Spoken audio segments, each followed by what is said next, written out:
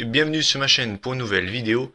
Alors aujourd'hui on va se retrouver pour les pronostics de Fastlane qui se tiendra ce week-end. Si j'ai une voix pas tout à fait pareil que d'habitude, c'est normal, je suis à mi-temps malade, donc excusez-moi. Si j'ai une voix de merde. Excusez-moi également pour mon manque d'activité ces dernières semaines. C'est tout simplement car je l'avais de toute façon, je l'avais un petit peu dit. Actuellement, je suis en formation, j'ai beaucoup moins de temps, ce qui fait que je peux pas faire de vidéo la semaine, ou en tout cas, c'est vraiment rare que voilà. Donc pendant les prochaines semaines, ça va pas être évident. Donc je pourrais sortir une vidéo par semaine. D'ailleurs, je préfère le dire tout de suite. La vidéo résultat de Fastlane, à mon avis, elle sortira la semaine prochaine. Mais alors par contre, je ne peux absolument pas vous dire quand. Je n'en ai aucune idée. Donc si je ne la sors pas le lendemain, ni mardi ou mercredi, c'est normal, hein. C'est juste que j'ai pas le temps ou enfin bref, voilà.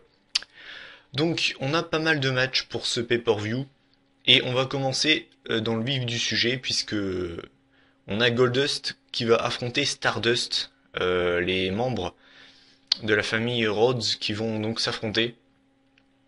Donc avec Stardust contre Goldust. Alors déjà pour moi le match peut donner vraiment quelque chose de bien. Sincèrement, les deux sont très bons dans le ring. Je pense que on va avoir le droit à un très bon match. Euh, Après au niveau du résultat, sincèrement, je pense que ce sera Stardust qui va gagner. D'ailleurs j'espère vraiment qu'à la fin de cette rivalité, on va revoir Cody Rhodes. Parce que Stardust c'est pas possible, hein. J'espère juste qu'il va reprendre son ancienne gimmick, parce que sincèrement moi Stardust je n'en peux pas. Je n'en peux plus pardon. Voilà. Ça me saoule clairement. Donc premier match, moi je pense qu'on aura un bon match entre les deux. Et je pense que Stardust va gagner, en tout cas j'espère.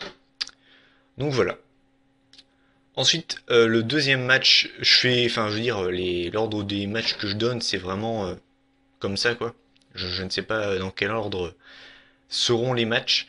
On a un match qui est annoncé à SmackDown, un six-man tag team match, puisque Dolph Ziggler, Eric Rowan et Ryback vont affronter Seth Rollins, le Big Show et Kane. C'est assez prévisible hein, d'avoir Ziggler et Rollins dans le pay-per-view, parce que avant l'épisode de SmackDown, je me disais, pas avoir Ziggler ni Seth Rollins, ça me semble quand même assez bizarre. Donc voilà, ça me semble un petit peu logique. Voilà, si on n'a pas Ziggler et Rollins dans un pay-per-view, il y a quand même un gros problème.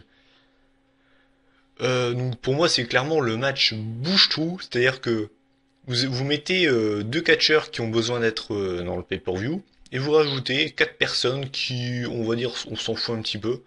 Voilà, vous obtenez un six-man tag team match. Au niveau de la qualité du match, je pense encore une fois qu'on va avoir un bon petit match. Ce sera pas un mauvais match, ce sera pas non plus un match 5 étoiles, mais ça devrait le faire. On va avoir un bon petit match. Au niveau du résultat, alors moi je pense qu'on aura une victoire des Face, donc à savoir l'équipe de Dolph Ziggler, Eric Rowan et Ryback, pour la simple et bonne raison que le Big Show et Kane sont en tension. Il suffit de voir le SmackDown de la semaine dernière. J'ai pas vu celui de cette semaine, d'ailleurs faut que je me le regarde. Je ne sais pas s'ils se sont encore une fois un petit peu frités, mais en tout cas, je sais que dans le SmackDown de la semaine dernière, Big Show et Kane s'étaient un petit peu embrouillés. Donc à mon avis, ils vont encore une fois s'embrouiller pendant le match, et je pense que l'équipe de Ziggler va en profiter. Donc voilà, moi je pense que victoire de Dolph Ziggler, Eric Rowan, Ryback, on aura un match plutôt bon. On va dire ça va quoi. Ensuite, c'est le troisième match de la soirée et c'est pour les titres par équipe, puisque les champions, les Usos, vont affronter l'équipe qui monte actuellement à la fédération, Tyson Kidd et Cesaro. Alors, vous savez très bien que les Usos, j'en ai ras-le-bol. Vous savez également que mes chouchous actuellement, c'est Tyson Kidd et Cesaro. Donc, on va dire que le choix du cœur me dirait de choisir Tyson Kidd et Cesaro. Et au niveau vraiment de ce que je pense, bah sincèrement j'en sais rien, je sais pas du tout, puisque ben voilà, enfin je veux dire, je ne vois pas pourquoi les Usos perdraient les titres maintenant, et je vois pas pourquoi ils devraient les conserver. Ils ont été champions pendant quand même un bon moment. Donc je ne vois pas l'intérêt de leur redonner les titres, puisqu'ils les ont quand même eu pendant un bon moment. Donc bah, je ne sais pas du tout. Mais vu que je suis pour Tyson Kidd et Cesaro, je vais dire une victoire de Tyson Kidd et Cesaro. Donc ce choix est vraiment du cœur. J'ai vraiment pas d'argument pour ce match, clairement. Donc je dirais une victoire de Tyson Kidd et Cesaro.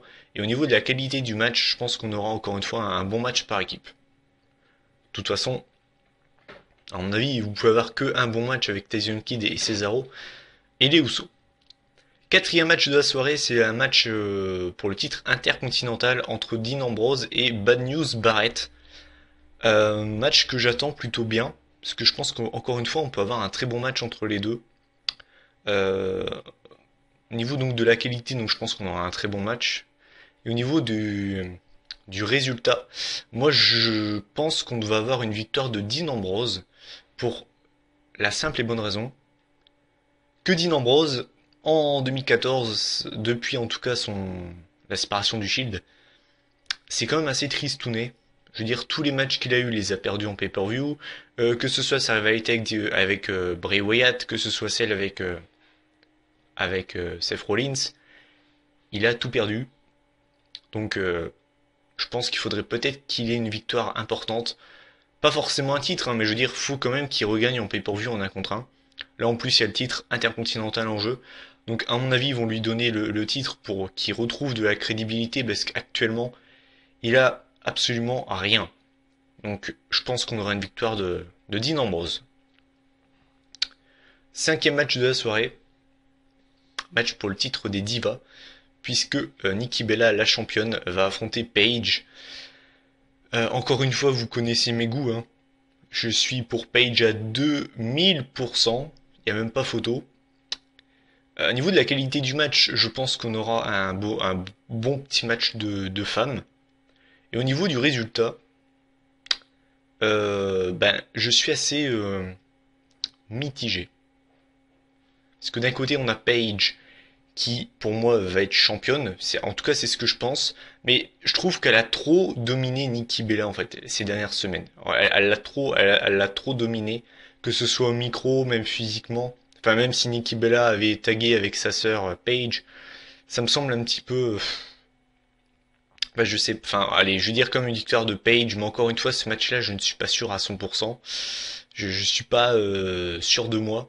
Mais je pense quand même qu'on aura un changement de titre, tout simplement car Paige rhabille Nikki Bella de A à Z. Celui qui vient me voir et qui me dit que Nikki Bella est meilleur in-ring que Paige, va falloir que je prête mes lunettes, parce que sincèrement, il y a quand même un gros problème. Donc je dirais une victoire de Paige, et je pense que le match peut être un bon petit match. Voilà. Enfin, on va passer à l'avant-dernier match de la soirée, puisque le titre US de Rousseff est remis en jeu contre John Cena. Au niveau du résultat, eh bien, pour moi, il n'y aura pas de vainqueur. Moi, je pense qu'on aura une double disqualification. Enfin, pardon, un double comté extérieur. Tout simplement, après, c'est pour moi, ce serait le choix le plus judicieux à faire. Pour la simple et bonne raison que, à mon avis, John Cena Rousseff, on l'aura à WrestleMania. Ce qui fait que, si on a, comment dire, si on n'a pas de vainqueur, aucun des deux ne sera décrédibilisé pour le grand match à WrestleMania. Ce qui fait que on sera vraiment incertain de savoir qui va gagner, il y aura plus de suspense. Alors que si John Cena bat Rousseff à Fastlane et que Cena re-affronte Rousseff à WrestleMania, ça va me sembler un petit peu, voilà, ça va être du réchauffé, tout le monde va dire, bon, de toute façon, c'est déjà que Cena va gagner. Alors que si on a un double compté extérieur, voilà, on va arriver à WrestleMania, on aura quand même plus de suspense. Donc moi, je dirais bien un double. En tout cas, je vois pas Cena gagner. En tout cas, pas à Fastlane. Je pense que Cena va battre Rousseff à WrestleMania. Ça, je pense que c'est écrit dans le marbre depuis un bon moment. Mais à Fastlane, en tout cas, moi, je pense qu'on aura un double comté extérieur. Pas de vainqueur. Après, c'est mon point de vue. Et au niveau de la qualité du match, par contre, je pense que là, on aura le moins bon match de la soirée. Après, j'espère qu'ils vont nous faire mentir. Mais j'attends vraiment pas grand-chose de ce match, je vous le dis sincèrement. Je n'aime ni Cena ni Rousseff, donc au final ce match je m'en fous complètement, hein, clairement. Donc voilà. Et on arrive au main event of the evening, opposant Roman Reigns, le vainqueur du Royal Rumble 2015, si controversé, au leader du Yes Movement, Daniel Bryan. Le vainqueur affronte Brock Lesnar à WrestleMania pour le titre. Alors déjà, juste avant de parler du résultat, moi je pense qu'on aura vraiment un excellent match entre les deux. Je trouve d'ailleurs que la rivalité est plutôt intéressante entre les deux. Je trouve qu'ils l'ont vraiment bien ficelé. J'ai tendance à dire que depuis un bon moment, les rivalités sont bâclées. C'est-à-dire que du jour au lendemain, bim, vous avez un match en pay-per-view, je dirais, voilà quoi. Là, je trouve que cette rivalité a été très très bien amenée entre les deux. Je pense que c'est même la rivalité la mieux construite euh, de la carte. Et au niveau du résultat, moi, en fait, je pense qu'on aura une victoire de Daniel Bryan. Pourquoi? Vous savez, on a eu beaucoup de news qui disaient que Daniel Bryan pourrait être ajouté et qu'on pourrait avoir un triple threat match à WrestleMania pour le titre entre Lesnar, Reigns et Bryan. Moi, je pense que voilà ce qui, pour moi, va se passer. Après, je peux complètement me tromper, hein. Moi, je pense que Daniel Bryan va battre. Excusez-moi, je suis malade. Daniel Bryan va battre Roman Reigns à Fastlane. Et Roman Reigns va en fait avoir le rôle de Daniel Bryan l'année dernière. C'est-à-dire que jusque WrestleMania, il va avoir des bâtons dans les roues par l'autorité. Et je pense que, genre à 2 semaines de WrestleMania, Roman Reigns va défier Triple H dans un 1 contre 1. Ce fameux Roman Reigns Triple H qu'on devait avoir à SummerSlam. Malheureusement, ou je sais plus à quel pay-per-view. Et finalement, Roman Reigns s'était blessé. Je pense qu'on va avoir Triple H contre Roman Reigns à Raw. Et avec comme stipulation, si Roman Reigns bat Triple H, eh bien, il est ajouté au main event de WrestleMania.